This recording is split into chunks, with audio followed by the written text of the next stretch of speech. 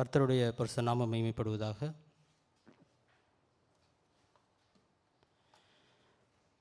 மீண்டும் ஒரு ஓய்வு நாளின் மாலை வேளையிலும் தேவனுடைய வார்த்தையை சபையோடு கூட பகிர்ந்து கொள்ள தேவன் பாராட்டின கிருபைகளுக்காய் தேவனுக்கு நன்றியை ஏறெடுக்கிறேன்.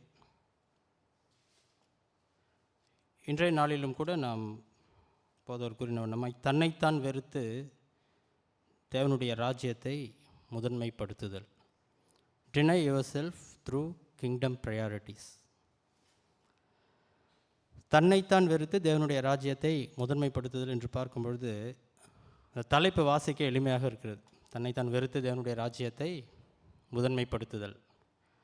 ஆனால் அந்த தன்னைத்தான் வெறுத்தல் என்பது ஒவ்வொருவருடைய வாழ்க்கையிலும் ஒரு கடினமான காரியமாக, அது நம்முடைய வாழ்நாள் முழுவதுமாக நாம் தொடர்ந்து பயணிக்கும் பொழுதும் கூட ஒரு மனிதன் முழுமையாக தன்னை வெறுத்து விட முடியுமா என்று பார்க்கும் பொழுது அது யாராக இருந்தாலும் சரி, சிறு பிள்ளை முதல் முதியவராக இருந்த போதிலும் கூட அது முடியாத ஒரு காரியமாக நம்முடைய வாழ்க்கையில் காணப்படுவதை நாம் பார்க்கிறோம்.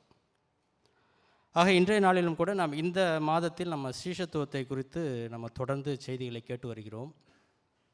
கடந்த வாரத்தில் கூட அந்த சீஷத்துவத்தை நாம் அடைய வேண்டுமென்றால் அதற்கு நம்ம என்னென்ன கிரயங்களை கொடுக்க வேண்டியதாக இருக்கும், நம்முடைய வாழ்க்கையில் என்னென்ன காரியங்கள் நமக்கு எதிராக நிகழக்கூடும் என்பதை நம்ம பார்த்தோம்.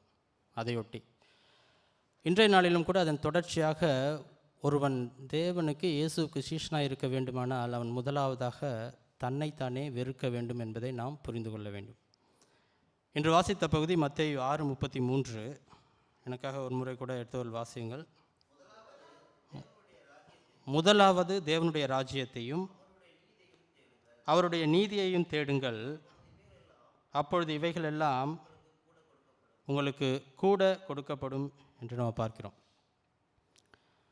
இந்த வசனம் பார்க்கும்பொழுது போதவர் கூறினவருமே இது ஒரு ஃபேமஸ் வசனம். அதாவது ஃபேமஸ் வசனம், எல்லா வசனமுமே முக்கியமான வசனம் தான் வேதத்தில். ஆனால் ஒரு சில வசனங்கள் பார்க்கும்பொழுது அது காலகட்டம் அல்லாத பல முறை நம்ம தேவ செய்திகளை கேட்டிருப்போம். குறிப்பாக இந்த வசனத்தை பார்க்கும்பொழுது நானே இந்த சபையில் எத்தனை முறை தேவ செய்தி கேட்டேன்னு தெரில, இந்த வசனத்தை வைத்து. ஆக நம்ம இந்த வசனம் நமக்கு யாருக்குமே புதிது கிடையாது, எல்லோருக்கும் தெரிந்த ஒரு வசனம்.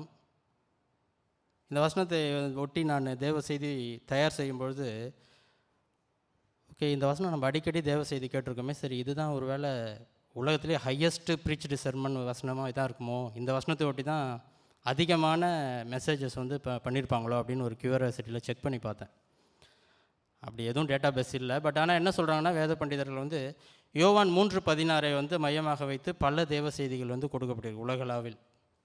ஆக டாப் 5 செர்மன்ஸில் பார்க்கும்பொழுது இந்த வசனம், இந்த மத்தேயு 6:33, முதலாவது தேவனுடைய ராஜ்யத்தையும் அவருடைய நீதியையும் தேடுங்கள், அப்பொழுது இவைகள் உங்களுக்கு கூட கொடுக்கப்படும் என்ற வசனம் அதிக அளவில் பிரசங்கிக்கப்படுகிற ஒரு வசனமாக காணப்படுவதை நம்ம பார்க்கிறோம். இந்த மத்தேயு 6ஆம் அதிகாரத்தை பார்க்கும்பொழுது அதோட பேக்ரவுண்ட் பார்த்தோம் என்றால், மத்தேயு 5-7 அதிகாரங்கள் நம்ம பார்க்கும்பொழுது அது இயேசுனுடைய மலை பிரசங்கத்தை குறிப்பிடுவதாய் காணப்படுகிறது.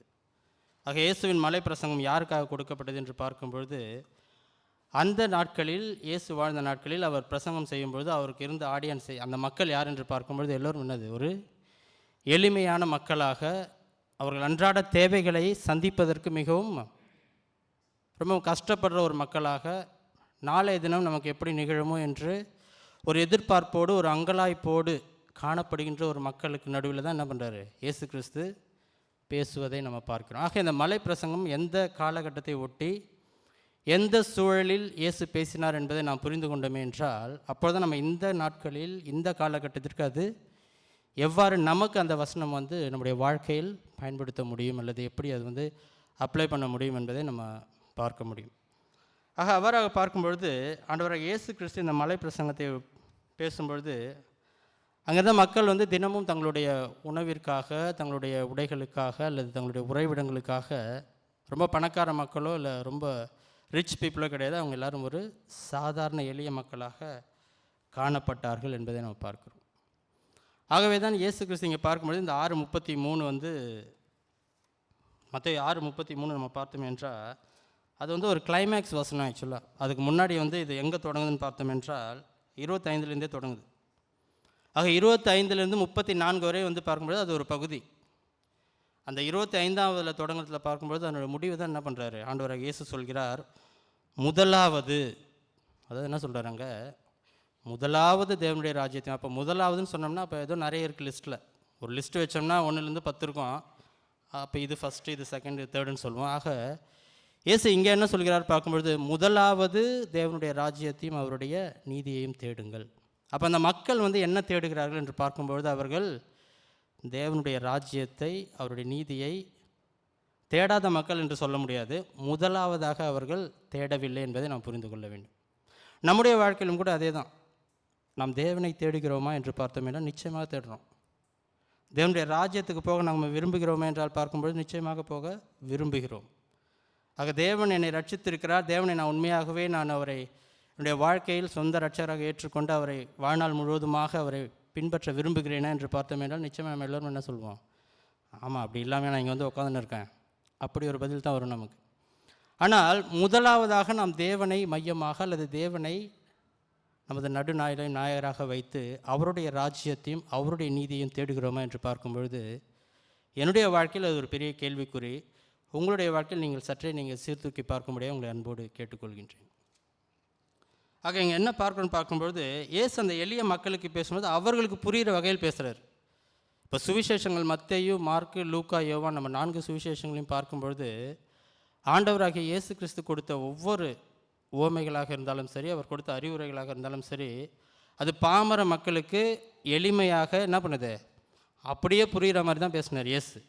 நம்ம இந்த நாட்களில் தான் நம்ம என்ன பண்ணுறோம், அதுக்கு இறையியல் கருத்துக்கள் வைத்து பல காரியங்கள் நமக்கு மக்களுக்கு தேவை, அப்ளிகேஷன் தேவைன்றதால் நம்ம அப்படி பேசுகிறோமே தவிர, ஆண்டவராகிய இயேசு பேசின அந்த நாட்களில் பேசின காரியங்கள் அவர்களுக்கு மக்களுக்கு அப்படியே புரிந்தது.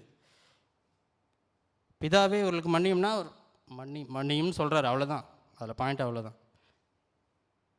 ஸோ இங்கே என்ன பார்க்கணும்னு பார்க்கும்போது, இவ்வாறாக இயேசு இந்த மலை பிரசங்கத்தில் இந்த எளிய மக்களுக்கு கூறின காரியத்தை நம்ம பார்த்து பிறகு அதிலிருந்து நாம் நம்முடைய வாழ்க்கையில் என்ன கற்றுக்கொள்ள முடியும் என்று நம்ம பார்ப்போம். எடுத்தவர் எனக்காக வாசிங்கள். மத்தேயு 6ஆம் அதிகாரம் 26ஆம் வசனத்தை எனக்காக வாசிங்க. ஆகாயத்து பட்சிகளை கவனித்து பாருங்கள், அவைகள் விதைக்கிறதும் இல்லை, அறுக்கிறதும் இல்லை, களஞ்சியங்களில் சேர்த்து வைக்கிறதும் இல்லை, அவைகளையும் உங்கள் பரமபிதா பிழைப்பூட்டுகிறார். அவர்களை பார்க்கலும் நீங்கள் விசேஷித்தவர்கள் அல்லவா என்று நம்ம பார்க்கிறோம். ஆக என்ன பார்க்கிறோம் என்று பார்க்கும்பொழுது, ஆகாயத்து பட்சிகளை கவனித்து பாருங்கள் அப்படின்னு இயேசு சொல்கிறாருன்னா அங்கே என்ன பறவை இருக்குன்னு அர்த்தம். சும்மா வானத்தை, வெறும் வானத்தை பார்த்து ஆகாயத்து பட்சிகளை கவனித்து அப்படி யாரும் சொல்ல மாட்டோம். நம்ம அப்படி இப்போ எதாவது பார்க்குறோன்னா அங்கே இருக்க மாடுகளை பாருங்கன்னா மாடு இருந்தால் தான் சொல்லுவோம், எதுவுமே இல்லாமல் சும்மா புல்தரையை பார்த்து சொல்லுவோம். ஆக இங்கே இயேசு என்ன பண்ணுறாரு பார்க்கும்பொழுது, அங்கே இருக்கிற எளிய மக்களுக்கு புரிகிற மாதிரி அங்கே ஆகாயத்து பட்சிகளை கவனித்து பாருங்கள். அப்போ அந்த மக்கள் நிச்சயமாக பார்த்துருப்பாங்க. அவங்க இருக்கிற இடம் பார்க்கும்பொழுது அந்த இயேசு அந்த பிரசங்கம் பண்ண இடம் கலிலேயா பகுதியில் உள்ள ஒரு மலைப்பாங்கான இடம், மலை பிரதேசம் என்று நம்ம பார்க்கிறோம். அங்கே இருக்கிற சூழல் பார்க்கும்பொழுது, அங்கே இருக்கிற ஃபார்மர்ஸ் லேண்டு, பல இடங்கள் பார்க்கும்போது அங்கே நிறைய அந்த தானியங்கள் அந்த இடத்துல அதெல்லாம் கிடைக்கும் என்று நம்ம பார்க்கணும், வரலாற்று ரீதியாக பார்க்கும்பொழுது. ஆக இந்த இடங்களில் பறவைகள் இருந்திருக்குமா பார்க்கும்போது நிச்சயமாக அது காணப்பட்டிருக்கும். உண்மையிலேயே அங்கே இருந்திருக்கு, அதை பார்த்து தான் இயேசு சொல்லியிருக்கான்னு சொல்லிட்டு சொல்கிறாங்க. ஆக இந்த பறவைகளை பார்க்கும்பொழுது நம்ம வேதத்தில் பார்க்கும்போது அந்த பறவைகளுக்கு ஏதாவது ஒரு மதிப்போ அல்லது மற்ற காரியங்களோ உண்டா என்று பார்க்கும்போது எதுவுமே என்னது கிடையாது. நம்ம வேதத்தில் வாசிக்கிற என்னது, 2 காசுக்கு அந்த காட்டு புறா குஞ்சுக்களை என்ன பண்ணலாம், நீங்கள் காணிக்கையாக கொடுக்கலாம், உங்களால் முடியாத பட்சத்தில். காளையை கொடுக்க முடியலன்னா நீங்கள் இதை கொடுக்கலான்னு சொல்லிட்டு நம்ம வேதத்தில் படிக்கிறோம். ஆக அத்தகைய ஒரு லீஸ்ட் வேல்யூ, மிகவும் அற்பமான ஒரு வேல்யூவை இருக்கிற ஒரு புறாவை தான் இங்கே என்ன பண்ணுறார் இயேசு நமக்கு உதாரணமாக அந்த மக்களுக்கு சொல்கிறார். ஏன்னா அந்த மக்கள் தினசரி வாழ்க்கையை எப்படி ஓட்டுறது, ஆக அவர்களுடைய மனநிலைக்காக தான் இயேசு பேசுகிறார். ஆக நம்ம பேசும்பொழுது நம்முடைய மக்களுக்கு தேவைகள் என்னவோ அதை சார்ந்ததாக இந்த வேதம் நமக்கு கற்பிக்கிறது நம்ம ஒட்டி பார்க்க வேண்டும். ஆக அவ்வாறாக பார்க்கும்பொழுது அந்த பறவைகளை பார்த்து அதை சொல்கிறார். அந்த வசனம் நம்மளுக்கு எல்லாரும் புரிந்திருக்கும். ஆகாயத்து பறவைகளை கவனித்து பாருங்கள், பட்சிகளை, அவை விதைக்கிறதும் இல்லை, அறுக்கிறதும் இல்லை, களஞ்சியங்களில் சேர்த்து வைக்கிறதும் இல்லை, அவைகளையும் உங்கள் பரமபிதா பிழைப்பூட்டுகிறார். அவைகளை பார்க்கல் நீங்கள் விசேஷித்தவர்கள் அல்லவா என்று நம்ம பார்க்கிறோம். ஆக இங்கே என்ன பார்க்கும்பொழுது தேவன் அந்த பறவைகளையும் போஷிக்கிறவராக, ஒன்றுமே இல்லை ஒரு பறவை, அதையும் போஷிக்கிறவராக காணப்படுகிறார். ஆனால் நம்ம எந்த அளவுக்கு விசேஷ விதமாக அவர் போஷிப்பார் என்ற ஒரு காரியத்தை தான் இயேசு இங்கே கூறுகிறார். சங்கீதம் 147:9 நம்ம வாசிக்கிறோம். என்ன வாசிக்கிறோம்னு பார்க்கும்பொழுது, அவர் மிருக ஜீவன்களுக்கும் கூப்பிடுகிற காக்கை குஞ்சுகளுக்கும் என்ன பண்ணுறாராம்? ஆகாரம் கொடுக்கிறார். யோபு 38:41 வாசிங்க எனக்காக. யோபு 38:41 எனக்காக வாசிங்க. காக்கை குஞ்சுகள் தேவனை நோக்கி கூப்பிட்டு ஆகாரம் இல்லாமல் பறந்து அலைகிற போது அவைகளுக்கு இரையை சௌதரித்து கொடுக்கிறவர் யார்? பல வேளையில் நம்ம காக்கா வந்தால் துரத்தி விட்டுறோம், ஏய் போ அப்படி சொல்லிட்டு. ஆனாலும் அந்த காகத்தை என்ன பண்ணுறாரு? தேவன் போஷிக்கிறவராக காணப்படுகிறார் என்று நம்ம பார்க்கிறோம். தொடர்ந்து நம்ம பார்க்கும்பொழுது அடுத்த வசனம் அதே 6ஆம் அதிகாரத்தில் பார்க்கும்பொழுது 28ஆம் வசனம் எனக்காக வாசிங்க. 28. உடைக்காகவும் நீங்கள் கவலைப்படுகிறது என்ன? காட்டு புஷ்பங்கள் எப்படி வளருகிறது என்று கவனித்து பாருங்கள். அவைகள் உழைக்கிறதும் இல்லை, நூற்கிறதும் இல்லை. தொடர்ந்து வாசிங்க. என்றாலும் சாலமோன் முதலாய் தன் சர்வ மகிமையில் அவைகளில் ஒன்றை போலாகிலும் உடுத்தி இருந்ததில்லை என்று உங்களுக்கு சொல்கிறேன். இப்போ அடுத்து இயேசு காமிக்கிற அடுத்த காரியம், அதனால் இந்த காட்டு புஷ்பங்களை காமிக்கிறார். அவங்க இந்த இடத்துல இந்த புஷ்பங்கள் இருந்திருக்கக்கூடும். நம்மளே இப்போ போகும்போது நிறைய புல்தரையில் பார்க்கும்போது நிறைய புஷ்பங்கள் இருக்குது, சின்ன சின்னதாக. ஆக அதை பார்த்து அதை சாலமோனுடைய அந்த ஆளுமைக்கு ஒப்பிடுகிறார் இயேசு. சாலமோன் தான் இருந்த ராஜாக்களே என்னது மிகவும் ஒரு பணக்கார ராஜா, மிகவும் மேன்மையாக வாழ்ந்த ராஜா, செல்வந்தர்களே மிகவும் செல்வந்தரான ஒரு ராஜா. ஆக அந்த ராஜாவே தான் உடுத்திருந்த அந்த உடைகளில் இந்த காட்டு புஷ்பங்களைப் போல ஒரு மேன்மையான உடையை சாலமோன் ராஜா கூட உடுத்தியிருந்ததில்லை. ஆனால் இந்த அற்பமான காட்டு புஷ்பங்களுக்கு தேவன் உடுத்துகிறார் என்றால் நம்மை எவ்வாறு அவர் உடுத்துவிக்க வல்லவராக இருக்கிறார் என்று அந்த மக்களுக்கு பேசுகிறார். எந்த மக்களுக்கு? அந்த மலையில் இயேசுக்கு முன்னாடி இருக்கிற அந்த சாதாரண ஜனங்களுக்கு அவர் பேசுவதை நம்ம பார்க்கிறோம். ஆக நம்முடைய வாழ்க்கையிலும் கூட பல வேளைகளில் நாம் நம்முடைய தேவைகளுக்காக, நம்முடைய அன்றாட தேவைகளுக்காக நாம் கவலைப்படுகிற பிள்ளைகளாக காணப்படுவோம் என்றால், தேவன் நம்மை பார்த்து கூறுகிற காரியம், இந்த பட்சிகளையும் இந்த காட்டு புஷ்பங்களையும் உடுத்துவிக்கிற தேவன் நம்மை உடுத்துவிக்க எவ்வளவோ மேன்மையாக காணப்படுகிறார் நாம் பார்க்கிறோம். ஏசாயா 40:6ஆம் அதிகாரம் 40ஆம் அதிகாரம் 6லேருந்து 8 வசனம் வாசிங்க. ஏசாயா 40:6-8.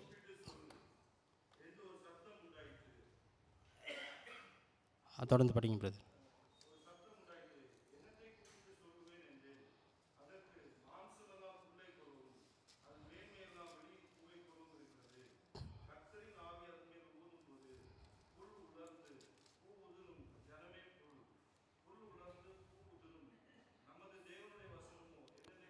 இங்கே என்ன பார்க்கும்போது போதும் பிரதர். புல் உலர்ந்து பூ உதிரும், தேவனுடைய வசனமோ என்றென்றைக்கும் நிற்கும். ஆக அந்த சாதாரண புல் உலர்ந்து பூ உதிர்கிற அந்த காரியத்துக்கே தேவன் இவ்வாறு உடுத்து வைக்கும்பொழுது தேவன் நம்மை எந்த அளவுக்கு உயர்த்த வல்லவராக இருக்கிறார் என்று நம்ம பார்க்கிறோம். தொடர்ந்து 6ஆம் அதிகாரத்தில் நம்ம பார்க்குறோம். மத்தேயு 6ஆம் அதிகாரத்தில் வாசிக்கும் பொழுது 29-30ஆம் வசனம் எனக்காக வாசிங்க. அற்ப விசுவாசிகளே,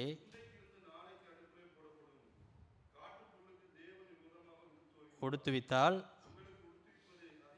அதிக நிச்சயம் அல்லவா? ஆகையால்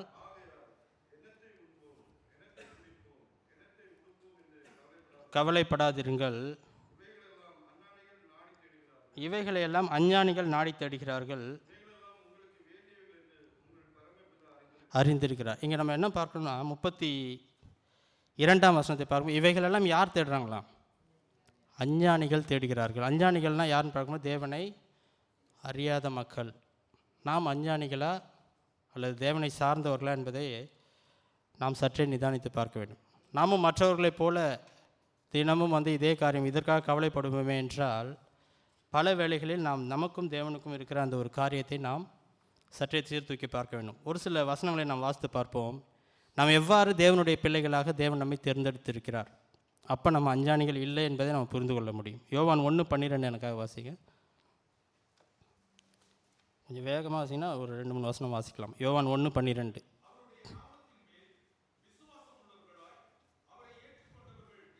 எத்தனை பேர்களோ அத்தனை பேர்களும் தேவனுடைய பிள்ளைகளாகும்படி அவர்களுக்கு தேவன் நம்மை தேவனுடைய புத்திரராக என்ன பண்ணியிருக்கார், நம்மை தெரிந்தெடுத்திருக்கிறார் நம்ம பார்க்கிறோம். எபேசியர் 1:5 நம்ம பார்க்கிறோம். அதில் என்ன பார்க்கும்போது தேவ குடும்பத்துக்குள்ளாக நாம் என்ன பண்ணப்பட்டிருக்கோம், தத்தெடுக்கப்பட்ட பிள்ளைகளாக நாம் காணப்படுவதை நாம் பார்க்கிறோம். 1 கொரிந்தியர் 6:17 நீங்கள் வாசித்து பார்ப்போம் என்றால் அந்த வசனம் என்ன கூறுதுன்னா, கிறிஸ்துவோடு நாம் இணைக்கப்பட்ட பிள்ளைகளாக காணப்படுகிறோம். 1 கொரிந்தியர் 12:27 வாசிக்கிறோம் என்றால் அவருடைய சரீரத்தில் என்னவாக இருக்கிறோம், நம்ம அங்கமாக காணப்படுகிறோம் என்று நாம் பார்க்கிறோம். 1 பேதுரு 2:9 எல்லோருக்கும் தெரிந்த ஒரு வசனம், அது வாசிங்க எனக்காக. 1 பேதுரு 2:9. நீங்களோ தம்முடைய ஆச்சரியமுள்ள ஒளியிடத்திற்கு வரவழைத்தவருடைய புண்ணியங்களை அறிவிக்கும்படிக்கு தெரிந்து கொள்ளப்பட்ட சந்ததியாயும் ராஜரீகமான ஆசாரிய கூட்டமாயும் பரிசுத்த ஜாதியாயும் அவருக்கு சொந்தமான ஜனமாயும் இருக்கிறீர்கள் என்று நாம் பார்க்கிறோம். ஆக தேவனால் நாம் தெரிந்து கொள்ளப்பட்ட சந்ததி, அதில் 4 காரியங்கள் இருக்குது. இதை பற்றி நம்ம நிறைய முறை செர்மன் கேட்டிருக்கோம், தேவ செய்தி. ஆக இவ்வாறாக நாம் வாசித்த எல்லா வசனங்களும் எதை குறிப்பிடுகிறது, ஒரே ஒரு பாயிண்ட் தான். நாம் தேவனால் தெரிந்து கொள்ளப்பட்டு தேவனோடு இணைக்கப்பட்ட பிள்ளைகளாக நாம் காணப்படுகிறோம் என்பதை நாம் இங்கே நம்ம பார்க்கிறோம். இது எல்லாம் சொன்ன பிறகு தான் இப்போ 6:33 வர்றார் இயேசு. இப்போ என்ன சொல்கிறார் பார்க்கும்பொழுது, முதலாவது தேவனுடைய ராஜ்யத்தையும் அவருடைய நீதியையும் தேடுங்கள், அப்பொழுது இவைகள் எல்லாம் உங்களுக்கு கூட கொடுக்கப்படும். ஆக நம்ம பார்த்த இந்த காரியம் பார்க்கும்பொழுது, இப்போ இவ்வளோ நேரம் நம்ம பார்த்தோம் ஆண்டவராக இயேசு கிறிஸ்து இந்த வசனத்தை சொல்வதற்கு முன்னாடி என்னென்ன பண்ணார்னு. ஆக இன்றைய நாளில் நம்ம கம்பேர் பண்ணி பார்த்தோம்னா, இன்றைய சூழலில் உண்மையிலே நம்ம உணவுக்காக கஷ்டப்படுறோமா? அப்போ அவங்களுக்கு எந்த பிரச்சனை, எண்ணத்தை உண்போம். இப்போ நமக்கு எண்ணத்தை உண்போம் அப்படின்னு ஒரு கவலை இருக்குதான்னு பார்த்தா இருக்குது. என்ன கவலை, எண்ணத்தை உண்போம்னா அவங்களுக்கு சாப்பாடு இல்லாமல் எண்ணத்தை உண்போம்னு சொன்னாங்க. நமக்கு நிறைய சாப்பாடு இருக்குது, எதை சாப்பிட்றது, சூஸ் பண்ணுறதுல நம்மளுக்கு ப்ராப்ளம். இப்போது டெய்லி அப்படியே நம்ம பிளேட்ஸ் நிறைய இருக்குது, எந்த சாப்பாடை நம்ம சாப்பிட்றது, எதை சூஸ் பண்ணுறது. நம்ம ஃப்ரிட்ஜை கிளியர் பண்ணாலே ஒரு 2 வாரம் உட்காந்து சாப்பிட்லாம் பல பேரோட வீட்டில். இப்போ ஏன்னா நான் நிறைய முறை வீடு க்ளீன் பண்ணும்போது பார்த்துருக்கேன், அப்படியே தூக்கி போட்டு தான் போகிறோம். ஆக எண்ணத்தை உண்போம் என்று பார்க்கும்பொழுது, இன்றைய நாட்களில் நாம் உண்மையிலேயே அந்த உணவுக்காக கஷ்டப்படுகிற அந்த நெசசிட்டி, தேவைகளுக்காக கஷ்டப்படுறோம் பார்க்கும்போது இல்லை. ஆனால் அது நமக்கு மிதமிஞ்சு இருக்குது. உணவு உடைக்காக உண்மையிலேயே கஷ்டப்படுகிறோமா? கிடையாது. பல வேளை நம்மளோட வார்ட்ரோப் திறந்தோம்னா நிறைய ட்ரெஸ்ஸு வச்சுருக்கோம். சப்போஸ் நம்ம ஒரு இடத்துக்கு சாப்பிட வெளியே போகிறோன்னா ஒரு கன்ஃபியூஷன் வரும். எண்ணத்தை உடுப்போம், அவங்க ட்ரெஸ் இல்லாமல் எண்ணத்தை உடுப்போம்னு சொன்னாங்க. நமக்கு வரிசையாக இருக்குது எண்ணத்தை போடுறது, அந்த கன்ஃபியூஷன் நமக்கு. ஆக எண்ணத்தை உண்போம், எண்ணத்தை உடுப்போம் அப்படின்னு நம்மளுக்கு இருக்க கவலை பார்க்கும்பொழுது, அப்புறம் என்னது, உறைவிடத்தை பற்றி அங்கே பேசுது. இன்றைக்கே நம்ம அந்த நாட்களில் வந்து மக்களுக்கு பல பேருக்கு வீடு இல்லாமல் பல இடங்களில் தங்கியிருந்ததாக நம்ம பார்க்கணும். ஆண்டவராக இயேசு அந்த நாட்களில் பார்க்கும்பொழுது அவர்கள் எளிய மக்களாக காணப்பட்டார்கள். ஆக நமக்கு இன்றைக்கி பார்க்கும்பொழுது அப்படி ஒரு ப்ராப்ளம் இருக்கான்னு பார்க்கும்பொழுது இருக்குது, அந்த ப்ராப்ளம் இருக்குது. எந்த வீட்டில் தாங்க 2-3 வீடு வச்சுருப்போம், எந்த வீட்டுக்கு போகலாம், அங்கே ஒன்று இருக்குது, இங்கே ஒன்று இருக்குது, ஸோ எங்கே போய் தங்குவோம். ஸோ இந்த மாடர்ன் வேலை நமக்கு இருக்கிற பிரச்சனையும் அந்த நாட்களில் ஆண்டவராக இயேசு கிறிஸ்து சொன்ன கான்டெக்ஸ்ட்டுக்கும் நிறைய டிஃப்ரெண்ட் இருக்குது. ஆனால் இவை எல்லாவற்றையும் நம்ம தவிர்த்து பார்க்கும்பொழுது, நாம் எதை முதலாவதாக நம்முடைய வாழ்க்கையில் நாம் வைத்திருக்கிறோம், எதற்கு நாம் முன்னுரிமை கொடுக்கின்ற பிள்ளைகளாக நாம் காணப்படுகிறோம், அதை தான் என்று பார்க்கிறோம். ஆக முதலாவது தேவனுடைய ராஜ்யத்தையும் அவருடைய நீதியையும் தேடுங்கள் என்று பார்க்கும்பொழுது, எவ்வாறு அதை தேட முடியும் என்று பார்க்கும், முதலாவதாக நம்முடைய கவலைகளை எல்லாம் என்ன பண்ணோம், நம்ம அதை ஒதுக்கி வைத்துவிட்டு தேவன் மீது விசுவாசம் வைக்கும்பொழுது மட்டும்தான் நாம் வந்து தேவனுடைய ராஜ்யத்தையும் அவருடைய நீதியையும் நாம் தேடுகின்ற பிள்ளைகளாக நாம் காணப்பட முடியும். ஆக பரலோக ராஜ்யத்தை நாம் தேடுகிறோம் அங்கே பார்க்கும்போது முதலாவது தேவனுடைய ராஜ்யம் இருக்குது பார்த்தீங்களா? ஸோ அந்த தேவனுடைய ராஜ்யத்தை நாம் தேடுகிறோமே, பிள்ளைகளாக காணப்படுவோமே என்றால் நமக்கு காணப்பட வேண்டிய முதலாவது குணாதிசயம், நம்முடைய தேவைகளை தேவன் சந்திப்பார் என்ற ஒரு நிச்சயமான விசுவாசத்தோடு கூட நாம் காணப்படுகின்ற பிள்ளைகளாக நாம் இருக்க வேண்டும். நான் தேவனையும் சார்ந்து வாழ்வேன், அதே வேளையில் என்னுடைய தேவைகள் சந்திக்கப்படுமா அப்படின்னு ஒரு டவுட்டில் இருப்பேன்னா, நம்ம மறுபடியும் இந்த 6ஆம் அதிகாரத்தை போய் திருப்பி ரீசெக் பண்ணோம். ஒரு எக்ஸாம்பிளுக்கு சொல்கிறேன். இப்போ நான் அப்பா, எனக்கு 2 பசங்க இருக்காங்க. டெய்லி எங்கள் பையன் வந்து, அப்பா நாளைக்கு சாப்பாடு போட்டுருவியா, நாளைக்கு துணி குத்துருவியாப்பா, என்னை ஸ்கூல் சேர்த்துருவியா, இப்படியே டெய்லி கேட்குறான்னு வச்சுங்களேன். ஒரு 2 நாள் பதில் சொல்லுவேன், ஏய் சாப்பாடு போட்டுருவேன்டா நாளைக்கு, ஓகே உனக்கு கொடுப்பேன் இல்லைன்னு. தொடர்ந்து கேட்கும்போது நான் டமால் ஒன்று போட்டு டெய்லி தான் உனக்கு கொடுக்குறேன்ல, எப்படின்னா திருப்பியும் ஒரு கேள்வி. ஆக நம்முடைய ஜெபங்களும் பல வேளை எப்படி இருக்குன்னா, ஆண்டவரே எனக்கு இது கிடைச்சிருமா, அது கிடைக்குமா, இல்லை இது வருமா வராதா, வாழ்க்கை உருப்படுமா உருப்படாதா, இதே மாதிரியே நமக்கு. ஆனால் வேதம் என்ன கூறுகிறதுனால், தேவன் நேற்றும் இன்றும் மாறாத தேவன், நம்மை கடந்த நாட்களில் வழிநடத்தின தேவன் இனி வருகின்ற நாட்களில் வழிநடத்த வல்லவராய் இருக்கிறார் என்ற ஒரு தேவன். ஆகவே நாம் அந்த ஒரு விசுவாசத்தை நிச்சயித்த பிள்ளைகளாக காணப்படும் பொழுது தான் நாம் என்ன பண்ண முடியும், பரலோக ராஜ்யத்தை நாம் முதலாவதாக தேடுகின்ற பிள்ளைகளாக நாம் காணப்பட முடியும். ஆகவே இங்கே முதலாவது பரலோக ராஜ்யத்தை தேடுங்கள் என்று சொல்லும் பொழுது நாம் என்ன பார்க்கணும்னா, நாம் நம்முடைய தேவைகளை தேவன் சந்திப்பார். ஆகவே நாம் தேவனிடத்தில் அதை அவர் கையில் ஒப்பு கொடுத்த பிள்ளைகளாக நாம் காணப்படும் பொழுது நாம் அந்த பரலோக ராஜ்யத்தை நாம் தேடுகின்ற பிள்ளைகளாக நாம் காணப்பட முடியும் என்பதை நாம் பார்க்கிறோம். அதுதான் இங்கே மத்தேயுவில் நம்ம வாசிக்கிறோம். 6:31-32 நம்ம இப்போ வாசிக்கணும் பார்த்தீங்களா? ஆகவே எதை உண்போம் எதை உடுப்போம் என்பதை பற்றி கவலைப்பட வேண்டாம். இதை குறித்து யார் தான் கவலைப்படுறாங்க? அஞ்ஞானிகள் கவலைப்படுகிறவராய் காணப்படுகிறார்கள். ஆனால் நமக்கோ நம்முடைய தேவன் அங்கே என்ன பண்ணியிருக்காரு, நம்முடைய தேவைகளை அறிந்த தேவனாக இருக்கிறார். நம்ம அதை பார்க்குறோம். 32 வாசிங்க எனக்கு. 6:32. இவைகள் எல்லாம்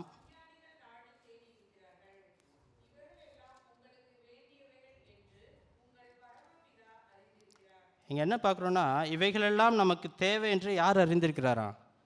பரமபிதா அறிந்திருக்கிறார். நம்ம பல வேளை நம்ம வசனத்தை யோசிப்போம், ஆண்டவரே என்னுடைய தேவை என்ன என்று உமக்கு தெரியும் அப்படின்னு ஸ்டார்ட் பண்ணிட்டு எல்லாத்தையும் சொல்லுவோம் வரிசையாக. நாளைக்கு இது பண்ணோம் அது பண்ணோம், வேலை கிடைக்கணும், இது பண்ணோம். ஆனால் முதலே சொல்கிறோம், ஆண்டவரே என் தேவைகளை தேவன் அறிந்திருக்கிறீர். சரி அதை தெரியல, அப்புறம் இது திருப்பியும் சொல்கிறோம் அப்படின்ற கேள்வி வருது இப்போ நமக்கு பார்க்கும்பொழுது. ஆக தேவன் மீது நாம் முதன்மையான விசுவாசத்தை வைத்த பிள்ளைகளாய் காணப்படும் பொழுது தான் நான் என்ன பண்ண முடியும், பரலோக ராஜ்யத்தை நாம் தேடுகின்ற பிள்ளைகளாய் நாம் காணப்பட முடியும் என்பதை நாம் புரிந்து கொள்ள வேண்டும். பழைய ஏற்பாட்டில் நம்ம பார்க்கும்பொழுது மோசே அந்த இஸ்ரவேல் மக்களை வந்து வனாந்திரத்தில் 40 வருடம் வழிநடத்தினார் என்று நம்ம பார்க்கிறோம். இப்போ செங்கடலை கடந்து அவங்க வனாந்திரத்துக்கு போயிடுறாங்க. இப்போ போன பிறகு தேவன் அவர்களை மன்னாவினால் போஷித்தார் என்று நம்ம பார்க்கிறோம். மன்னாவினால் போஷிக்கும் பொழுது அவர்களுக்கு ஒரு சில காரியங்களை அவர்களுக்கு என்ன சொன்னார், கொடுத்தார். நீங்கள் என்ன பண்ணோம், 6 நாள் தான் சேர்க்கணும். 6ஆவது நாள் என்ன பண்ணோம், 7ஆவது நாளுக்குரிய காரியத்தை நீங்கள் சேர்த்துக்கொள்ள வேண்டும். 7ஆவது நாள் நீங்கள் வெளியே போயிட்டு அதை எடுக்கக்கூடாது. ஆனால் 6ஆவது நாளைக்கு நீங்கள் 2 நாளைக்கு உரிய தான் சேர்க்கணும். மற்ற நாள்லாம் 1 நாள் தான் சேர்க்கணும். இப்போ திங்கக்கிழமை போனீங்கன்னா 1 நாளைக்கு உரிய தான் சேர்க்கணும். சனிக்கிழமை போனீங்கன்னா 2 நாளைக்கு சேர்த்துக்கலாம். நம்ம மக்கள் எல்லாருக்கும் தெரிந்த ஸ்டோரி தான். சரி நாளைக்கு எதாவது கிடைக்காம போயிடுச்சுன்னா என்ன பண்ணுறது, இவர் இப்படி தான் சொல்லுவார் டெய்லி. ஒரு நாளைக்கு வரலன்னா நம்ம எல்லாருக்கும் இருக்கிற ஒரு பிரச்சனை தான் அது. நாளைக்கு இப்படி ஆகிடுச்சுன்னா, இல்லை நாளைக்கு நான் இப்படி போயிட்டேன்னா, இல்லை நாளைக்கு என்னுடைய வேலை புட்டுக்குச்சுன்னா, இதுமாதிரி நெகட்டிவ் தாட்ஸ் நமக்கு பல வேளையில் வரும்பொழுது நம் தேவனுடைய ராஜ்யத்துக்குள்ளாக நாம் காணப்படுகிறோமா என்ற ஒரு பெரிய கேள்விக்குள்ளாக நாம் கடந்து செல்கிற பிள்ளைகளாக நாம் காணப்படுகிறோம். ஆக இங்கே பார்க்கும்பொழுது அந்த பழைய ஏற்பாட்டில் இஸ்ரவேல் மக்களை வழிநடத்தும் பொழுது அந்த மக்கள் என்ன பண்ணுறாங்க, சில நாள் 2 நாட்கள் எடுக்கிறாங்க, மறுநாள் பார்க்கும்போது அது கெட்டு போயிடுது, சாப்பிட முடியல. அதை தொடர்ந்து 6ஆவது நாளில் பார்க்கும்பொழுது அவங்க என்ன பண்ணுறாங்க, 7ஆவது நாளுக்கும் சேர்த்து எடுக்கிறாங்க, அப்போ கெடாமல் இருக்குது. அதில் ஒரு சில பேர் என்ன பண்ணால் ரொம்ப ஆர்வக்கோளாறு கேப்போ சொல்லுவோம்ல, அவங்க என்ன பண்ணுறாங்க, சண்டேவும் காலையிலையும் போய்ட்டு பார்க்குறாங்க ஏதாவது இருக்கா வெளியே அப்படின்னு.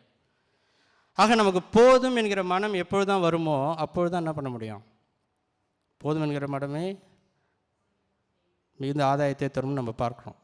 ஆக இங்கே என்ன பார்க்கிறோம் என்று பார்க்கும்பொழுது நம்முடைய வாழ்க்கையிலும் முதலாவது தேவனுடைய ராஜ்யத்தை தேடுங்கள் என்று பார்த்தோம் என்றால், தேவனிடத்தில் விசுவாசம் வைத்த பிள்ளைகளாய் நம்முடைய தேவைகளை தேவன் சந்திப்பார். அந்த ஒரு விசுவாச கண்ணோட்டத்தோடு வாழும்பொழுது தான் நம்ம என்ன பண்ண முடியும், முதலாவதாக தேவனுடைய ராஜ்யத்தை தேடுவோம் என்ற கருத்தை நம்ம அங்கே பார்க்கிறோம். தொடர்ந்து நம்ம பார்க்கும்பொழுது அந்த பரலோக ராஜ்யத்தை நாம் தேடுகின்ற பிள்ளைகளாக நாம் காணப்படுவோம் என்றால், இரண்டாவதாக நம்முடைய வாழ்க்கையில் ஏற்படுகின்ற அந்த கவனச்சிதறல்களுக்கு நாம் எப்பொழுதுமே வந்து நோ சொல்ல நம்ம ரெடியாக இருக்கணும். பல வேளைகளில் நம்ம பார்க்கும்பொழுது நம் தேவனுக்குள்ளாக காணப்படுவோம். ஆனால் தேவனை விட்டு விலகி செல்லக்கூடிய காரியங்கள் நம்முடைய வாழ்க்கையில் நிகழ அதிக வாய்ப்புகள் உண்டு. குறிப்பாக நீங்கள் சபைக்குள்ளாகவோ அல்லது தேவனுடைய காரியங்களுக்குள்ளாகவோ அதிகமாக காணப்படும் பொழுது, அத்தகைய காரியங்களுக்கு நாம் வந்து இல்லை, வேண்டாம் அப்படின்ற ஒரு சொல்கின்ற ஒரு கொள்கையுடைய பிள்ளைகளாக நாம் காணப்படும் பொழுது தான் நாம் என்ன பண்ண முடியும்? தேவனுடைய ராஜ்யத்தை நாம் முதலாவது தேடுகின்ற பிள்ளைகளாக நாம் காணப்பட முடியும். வேதத்தில் நம்ம பல உதாரணங்கள் நம்ம பார்க்கணும். மார்த்தா மரியாளுடைய காரியம் நமக்கு தெரியும். லூக்கா 10ஆம் அதிகாரத்தில் நம்ம பார்க்கும்பொழுது இயேசு வந்து மார்த்தாள் மரியாள் வீட்டுக்கு சொல்கிறார். சொல்லும்பொழுது மார்த்தாள் இயேசுக்காக தான் வேலை செய்கிறா, போயிட்டு கிச்சனில் போயிட்டு பல காரியங்கள் செய்யும்பொழுது மரியாளோ அங்கே என்ன பண்ணுறார்? தன்னை விட்டு எடுபடாத நல்ல பங்கை தெரிந்து கொண்டாள் என்று இயேசு சொல்வதை நம்ம பார்க்கிறோம். நாமும் பல வேளைகளில் தேவனை சார்ந்து வாழும்பொழுது தேவனுக்கு ஏற்ற காரியத்தை நாம் செலக்ட் பண்ணுறோமா, இல்லை தேவனுக்காக தான் நான் செய்கிறேன் அப்படின்னு நம்ம செய்கிறோமா? அதை நம்ம கேள்வி கேட்டு பார்க்கணும். எபிரேயரில் நம்ம பார்க்கணும். 12:1 வாசிங்க எனக்காக. எபிரேயர் 12:1. எபிரேயர் 12ஆம் அதிகாரம் முதல் வசனம் வாசிங்க எனக்காக. ஆகையால் நம்மை சூழ்ந்து கொண்டிருக்க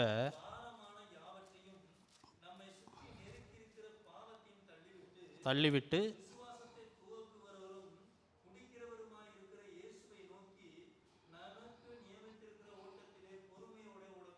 ஓடக்கடவும். இங்கே என்ன பார்க்கணும்னா, நம்மை நெருக்கி சூழ்ந்து கொண்டிருக்கிற பாரமான யாவற்றையும் பாவத்தையும் தள்ளிவிட்டு விசுவாசத்தை துவக்குகிறவரும் முடிக்கிறவருமான இயேசுவை நோக்கி நாம் நமக்கு நியமித்த ஓட்டத்தில் பொறுமையோடு ஓடக்கடவும் என்று நம்ம பார்க்கிறோம்.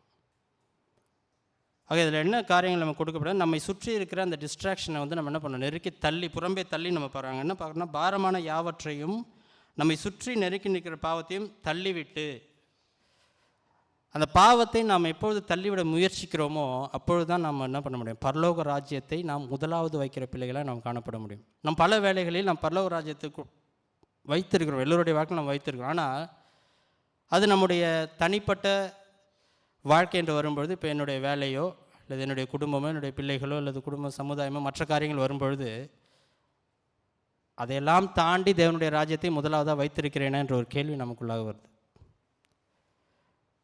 பல வேளைகளில் தேவனுடைய ராஜ்யம் ஒரு கடைசியான பிளேஸில் தான் இருக்குது.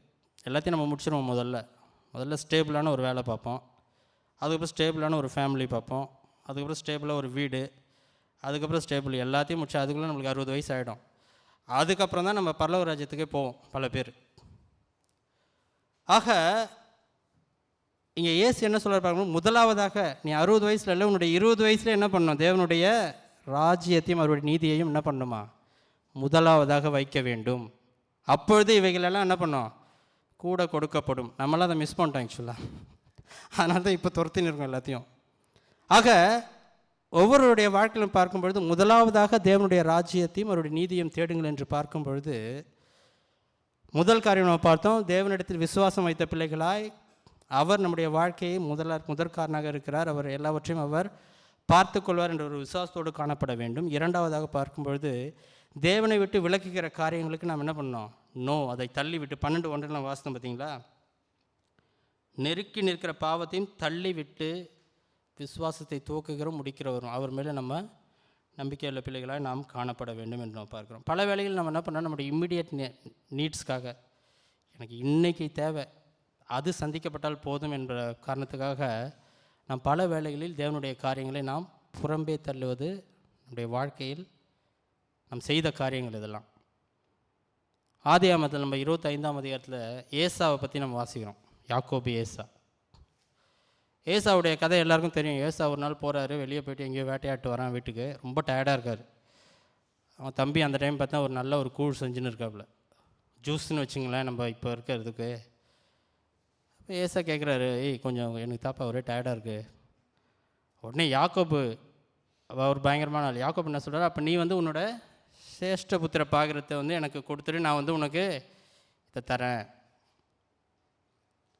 அப்போ இயேசு என்ன பண்ணுறான், அந்த ஒரு ஒரு ஒரு நொடிப்பொழுதில் அவனுடைய அந்த அந்த நேரத்திற்கான தேவை சந்திக்கப்பட வேண்டி விலையேறப்பெற்ற தேவனால் அந்த முதற் மகனுக்கு கொடுக்கப்பட்ட அந்த ஒரு சேஷ்டபுத்த பாத்திரத்தை என்ன பண்ணுறான், யாக்கோபுக்கு கொடுத்தான் என்று நம்ம வேதத்தில் வாசிக்கிறோம். ஆதியாகமம் 25 29 39 நீங்கள் வாசித்து பாருங்கள். ஆக பல வேளைகளில் நம்முடைய வாழ்க்கையிலும் கூட நம்முடைய இன்றைய தேவைக்காக அல்லது நம்முடைய உடனடி தேவைகளுக்காக அல்லது இன்றைக்கி நம்ம இதை பண்ணலன்னா அவங்க என்ன நினைப்பாங்களோ, இல்லை நான் அங்கே போகலன்னா அவங்க என்ன தப்பாக நினைப்பாங்களோ, இல்லை நான் இந்த காரியத்தை செய்யலைன்னா என்னை எப்படி இந்த சமுதாயம் என்னை ஏற்றுக்கொள்ளாதோ அப்படின்ற காரியங்களை நாம் நினைத்து பார்க்கும் பொழுது என்ன பண்ணுறோம், பல வேளையில் நாமும் கூட அந்த நித்தியத்தின் பாதையிலிருந்து விலகி தேவனுடைய ராஜ்யத்தை விட்டு விலகுகிற பிள்ளைகளாய் நாம் பல வேளைகளில் நாம் காணப்படுகிறோம். ஆகவே தேவனுடைய ராஜ்யத்தை முதலாவதாக வைக்க விரும்புபவர்கள் இது மாதிரி தேவனை விட்டு விலக்குகிற காரியங்களுக்கு என்ன பண்ணோம், இல்லை அல்லது வேண்டாம் அல்லது நோ புறம்பே தள்ள நாம் முயற்சிக்கிற பிள்ளைகளாக நாம் காணப்பட வேண்டும். பல வேளை நம்ம சர்ச்சில் போடுறோம், சபைக்கு வரும்போது முதல் ஸ்லைடு என்ன போடுறோம், சைலண்ட் யுவர் மொபைல் தான் போடுறோம். மேலே சேர்மனும் தான் சொல்கிறாரு மொபைல் ஆஃப் பண்ணி வைங்க, இல்லை சுவிட்ச் ஆஃப் பண்ணி வைங்கன்னு. ஆனால் பிரசங்கம் நடக்கும்போது நம்ம ஏதாவது பண்ணுறோமா பார்க்கும்போது அப்போ தான் நம்ம ஃபோன் எடுத்துன்னு வெளியே போகிறோம், இல்லை அப்போ தான் மொபைல் எதாவது பார்க்குறோமான்னு பார்க்கும், நமக்கு தெரியாது. ஆனால் அதெல்லாம் நம்ம செய்வோமே என்றால் நம் தேவனை எந்த இடத்தில் வைத்திருக்கிறோம், உண்மையிலே நாம் அந்த கவனச்சிதறல்களுக்கு விட்டு விலகி போகிறோமா, இல்லை நாம் அது ஒரு பார்ட் அண்ட் பார்சல்னால் இப்போ மொபைல்னால் சும்மா பார்த்தா என்ன ஆகிட போகுது, சும்மா இவர் மேலேருந்து சொல்லுவார், இவர் பார்க்க மாட்டாரா அப்படின்னு நீங்கள் கேட்கலாம். யாருமே பார்க்கக்கூடாது, அதான் கேள்விங்க. ஆக நம்முடைய வாழ்க்கையில் பார்க்கும்பொழுது ஒவ்வொரு இயேசு சொன்ன ஒவ்வொரு காரியங்களும் இந்த மத்தேயு 6ஆம் அதிகாரத்தில் குறிப்பாக அந்த 25-33 வாசிக்கும் பொழுது அது எளிய மக்களுக்கு அந்த நாட்களில் வந்த மக்களுக்கு சொன்னப்பட்ட போதிலும் கூட நம்முடைய வாழ்க்கைக்கு அது இன்றைய நாளிலும் அது ஏற்ற காரியங்களாக இருப்பது என்பதை நாம் புரிந்து கொள்ள வேண்டும். மூன்றாவதாக நாம் பார்க்கும்பொழுது இவ்வாறாக தேவனுடைய ராஜ்யத்தை நாம் முதலாவதாக வைத்திருக்கிறோம் என்று நாம் சொல்வோமே என்றால் நாம் நாளைய தினத்தை குறித்ததான பயத்திலிருந்து நாம் நீக்கப்பட்ட பிள்ளைகளாய் நாம் காணப்பட வேண்டும். நமக்கு பல பேருக்கு என்ன பிரச்சனை, இந்த நாளைய தினத்தை குறித்த கவலை, நம்முடைய ஃப்யூச்சர், எதிர்காலம் என்ன ஆகும் என்ற ஒரு கேள்விக்குறி எல்லாருக்குமே இருக்குது. அது வேலை ஸ்டேபிளாக இருந்தாலும் இருக்குது, வேலை இல்லாதப்பவும் இருக்குது, இந்தியாவில் இருக்கும்போதும் இருக்குது, சிங்கப்பூரில் இருக்கும்போதும் இருக்குது நமக்கு.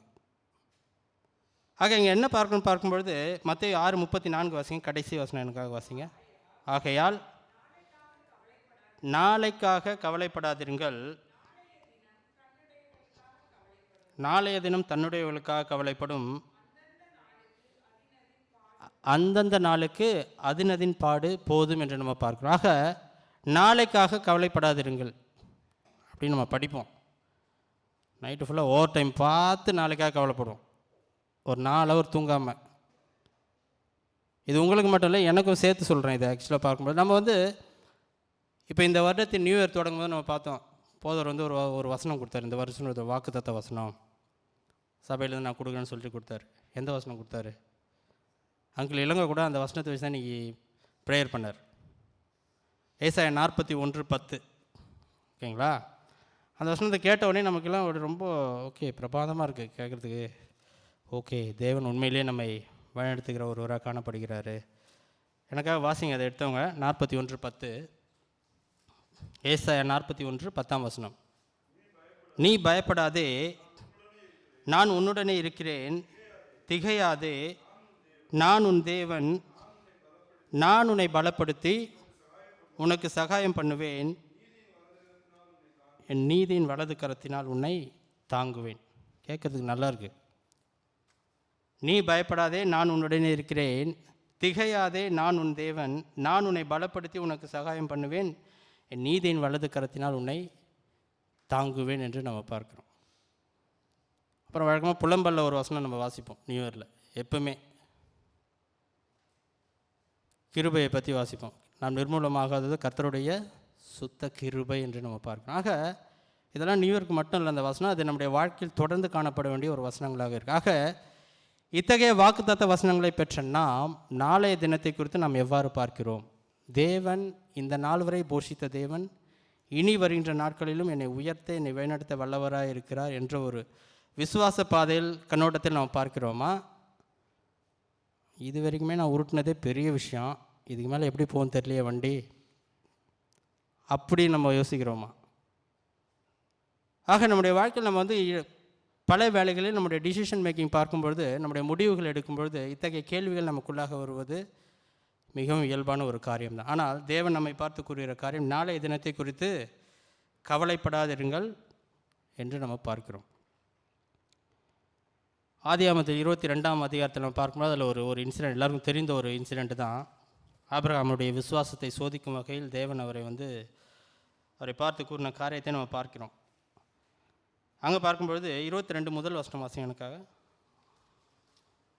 ஆதியாகமம்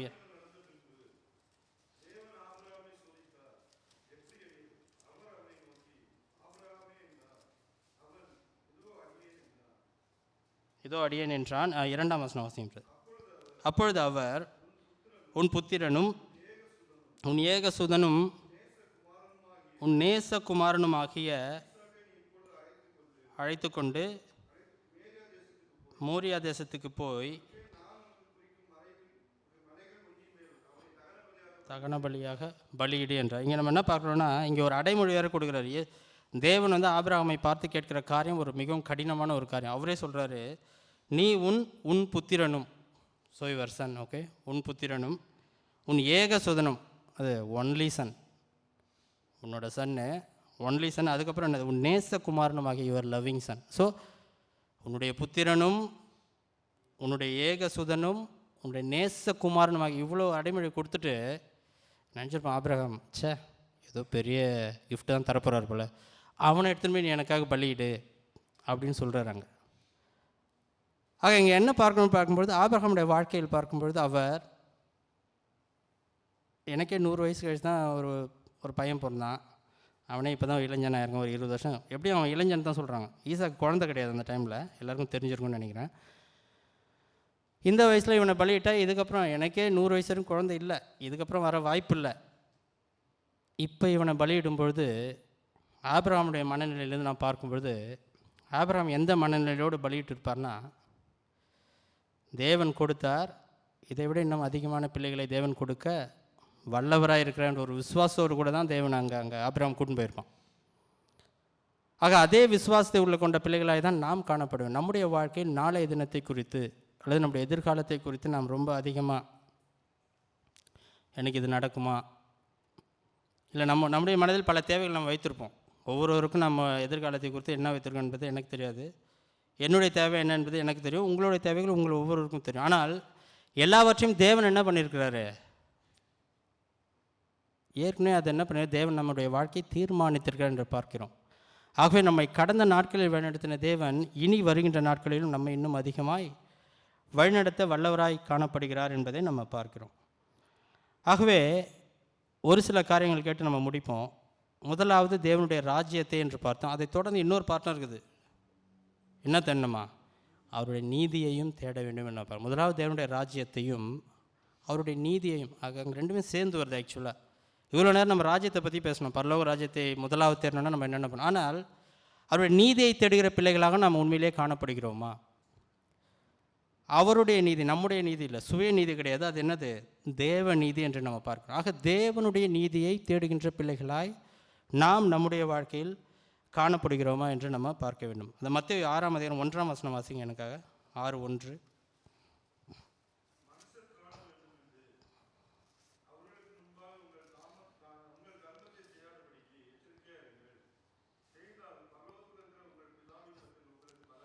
ஆக இங்கே என்ன சொல்கிறாருன்னா, இயேசு நம்முடைய சுயநீதியை பற்றி அங்கே சொல்கிறார். நம்ம ஒவ்வொருவரும் நமக்காக ஒரு தனிப்பட்ட ஒரு நீதியை வைத்தோம், தேவ நீதினு ஒன்று பார்க்கணும் வேதத்தில். ஆனால் நம்முடைய சுயத்தில் நான் ஒரு பரிபூர்ணன், இல்லை நான் தான் ஒரு ரொம்ப பரிசுத்தவான், இல்லை நான் என்னது ஒரு சில காரியங்கள் என்னுடைய பெருமை, ஓகே எனக்கு தேவன் இதை கொடுத்துருக்கிறார், அதை கொடுத்துருக்கிறார், நான் என்னை தேவன் இந்தளவுக்கு ஆசீர்வதித்திருக்கிறார். நம்முடைய சாட்சியே பல வேளையில் எப்படி இருக்குன்னா நம்முடைய பெருமைகளை கூறுவதாக காணப்படுகிறது. ஆனால் தேவனுக்கு கொடுக்கப்படுகிற சாட்சி எப்படி இருக்கணும்னா, தேவன் நம்முடைய வாழ்க்கையில் எவ்வாறு அவர் நடுநிலை நாயராக இருந்து நம்மை உயர்த்தியிருக்கிறார் என்பதை, நம்முடைய ஒவ்வொரு சாட்சியிலும் தேவனுடைய நாமம் மகிமைப்பட வேண்டுமே தவிர நம்முடைய சொந்த வெல்லனோ இல்லது என்னுடைய நான் இப்படி இருந்தேன் இன்றைக்கி நான் இப்படி ஆகிட்டேன், அது எதை காமிக்கணும், அதை தேவனை காண்பிக்கிறோமா இல்லை நம்மை காண்பிக்கிறோமா என்ற ஒரு கேள்வியை நம்ம கேட்கணும். ஆகவே தேவனுடைய நீதி, தேவனுடைய ராஜ்யத்தையும் அவருடைய நீதியையும் தேடுங்கள் என்று பார்க்கும்பொழுது முதலாவதாக நம்முடைய சுய நீதியை அல்ல தேவனுடைய நீதியை தேடுகின்ற பிள்ளைகளாக நாம் காணப்பட வேண்டும். அவ்வாறாக தேவனுடைய நீதியை நாம் தேடுவோம் என்றால் நாம் முதலாவதாக எதை ப்ரிப்பேர் பண்ணுவோம்னா நம்முடைய வசதிகளை விடுத்து நம்முடைய தேவனுக்கு கீழ்ப்படிதலை நாம் செய்கின்ற பிள்ளைகளாக நாம் காணப்பட வேண்டும். யோவான் 14:15 வாசிங்க எனக்கா. யோவான் 14:15 வசனம்.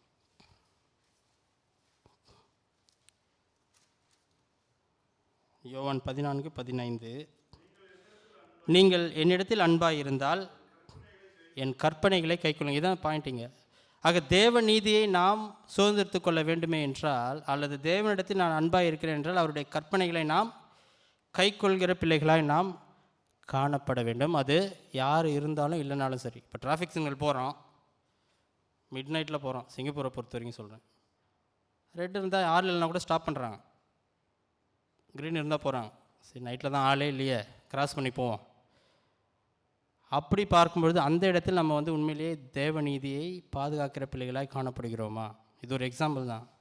ஆனால் நம்முடைய வாழ்க்கையில் பார்க்கும்பொழுது பல வேளைகளில் எல்லோரும் இருக்கும்பொழுது நம்ம நல்லவங்களாக இருக்கிறது நல்லது தான். ஆனால் நம்முடைய தனிப்பட்ட வாழ்க்கையில் நம்ம எவ்வாறாக காணப்படுகிறோம்? அவ்வாறு நாம் அதை விலகி போயிருந்தால் நாம் தேவனிடத்தில் அறிக்கையிட்டு தேவ நீதியை தேடுகின்ற பிள்ளைகளாக நாம் காணப்பட வேண்டும் என்று நம்ம பார்க்கிறோம். அது தொடர்ந்து நம்ம பார்க்கும்பொழுது தேவ நீதியை பார்க்கும்பொழுது நம்முடைய வாழ்க்கையில் எல்லா காலகட்டத்திலும் ஒரு சில காரியங்களை நம்ம நேர்மைக்கு விரோதமாக செய்தால் தான் நமக்கு நடக்கும்னு நமக்கு தெரியும். குறிப்பாக இந்தியாவில் பார்க்கும்பொழுது எந்த காரியம் நடக்கலாம் என்ன பண்ணணும், நம்ம ஏதாவது ஒன்று கொடுத்து தான் ஆகணும். இந்தியா போனாலே நம்ம மைண்ட் செட் அப்படி தான் ஆகிடுது, வேறு வழி இல்லைன்னு வச்சுங்களேன். சரி கொடுத்து முடிச்சிருவோம். ஆனாலும் கூட வேதம் என்ன சொல்லுதுன்னா, choose your integrity over advantage. நீங்கள் உங்களுக்கு தேவையான அந்த சௌகரியம் அல்லது அட்வான்டேஜ்னு வச்சுங்களேன், அதை விடுத்து நேர்மையை நாம் கையாளுகிற பிள்ளைகளாய் காணப்படும் பொழுது நாம் தேவநீதியை தரித்து கொள்கின்ற பிள்ளைகளாய் நாம் காணப்பட முடியும் என்று நம்ம பார்க்கிறோம்.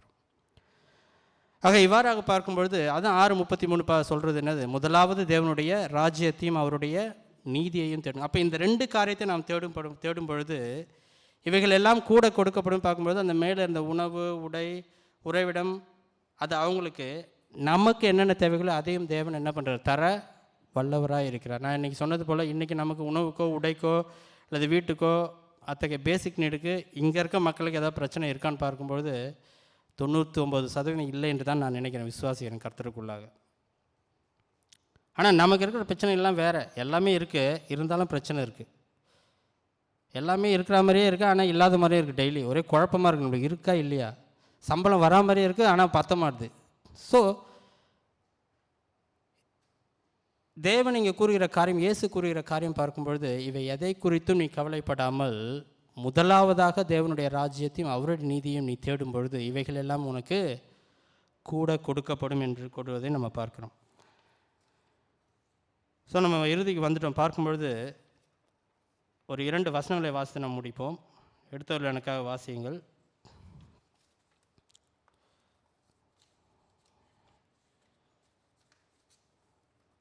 6:34 வாசிங்க ஒரு முறை கூட. மத்தேயு 6:34. ஆகையால் கவலைப்படாதிருங்கள், கவலைப்படும் அதினதின் பாடே போதும். ஆகவே இயேசு கூறுகிற காரியம், முதலாவது தேவனுடைய ராஜ்யத்தின் நீதியும் தேடுகிற பிள்ளைகளாக நாம் காணப்படும் பொழுது நம்முடைய எதிர்காலத்தை குறித்து கவலைப்பட வேண்டாம் என்ற கருத்து தான் அங்கே இருக்குது. ஆக்சுவலாக அதுதான் 25லேருந்து 34 வரைக்கும் நாங்கள் பார்க்குறோம். ஆக இன்றைக்கி கொடுக்கப்பட்ட வசனம் பார்க்கும்பொழுது தன்னை வெறுத்து தேவ ராஜ்யத்தை தேர்ந்தெடுத்தல் என்று பார்க்கும்பொழுது இத்தகைய கவலைகளை நாம் வெறுக்கும் பொழுது, இத்தகைய கவலைகளை நாம் புறம்பே தள்ளும் பொழுது தான் நாம் தன்னை வெறுக்கிற பிள்ளைகளாக காணப்படுகிறோம். ஒரு சில வேத பணியை சொல்கிறாங்க, இந்த கவலைப்படுறது என்னது, இட்ஸ் ஈக்குவலன் டு சின். தேவனுடைய கற்பனைக்கு விரோதமாக நம்ம தேவனை தேவனிடத்தில் வைக்கிற விசுவாசத்துக்கு விரோதமானது கவலை அப்படின்னு ஒரு பார்வை இருக்குது. இன்னொரு பார்வை, கவலை தேவனை முதலிடத்தில் வைக்காததால் வருகிற காரியம் என்றுன்னு ஒரு கருத்துகள் இருக்குது. ஆனால் நமக்கு இங்கே என்ன பார்க்குறோன்னு பார்க்கும்போது தேவனுடைய காரியத்தில் தேவனுடைய ராஜ்யத்தையும் அவருடைய நீதியும் தேடும்பொழுது இவை எல்லாமே நமக்கு தேவன் கொடுக்க வல்லவராக இருக்கிறார். நீதிமொழிகள் 3ஆம் அதிகாரம் 5-6 வசனம் எனக்காக வாசிங்க. நீதிமொழிகள் 3:5-6. நீதிமொழிகள் 3:5-6. உன் சுய புத்தியின் மேல் சாயாமல் உன் முழு இருதயத்தோடும் கர்த்தரில் நம்பிக்கையாக இருந்து உன் வழிகளெல்லாம் அவரை நினைத்துக்கொள், அப்பொழுது அவர் உன் பாதைகளை செவ்வைப்படுத்துவார். இதுதான் நம்ம ஒவ்வொருவருக்கும் காணப்பட வேண்டிய ஒரு விசுவாசம். நம்முடைய சுய புத்தியின் மேல் சாயாமல், சுயத்தை வெறுத்து. போன வாரம் பார்க்கும்போது நிறைய வசனங்கள் பார்த்தோம். ஒருவன் தன்னைத்தான் வெறுத்து தன்னுடைய சிலுவையை சுமந்து என்னை பின் செல்லாவிட்டால் அவன் எனக்கு சீஷனாக இருக்க மாட்டான். ஆக இங்கே என்ன பார்க்கும்பொழுது, உன் சுய புத்தியின் மேல் சாயாமல் உன் முழு இருதயத்தோடு. கடைசியாக ஒரு வசனத்தை வாசித்து நான் முடிப்போம். ரோமர் 8:32 வாசிங்க எனக்கு. ரோமர் 8:32.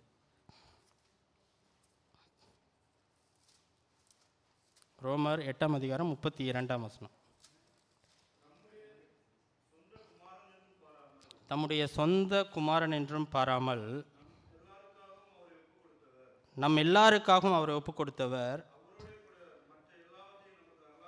அவரோடே கூட மற்ற எல்லாவற்றையும் நமக்கு அருளாதிருப்பது எப்படி?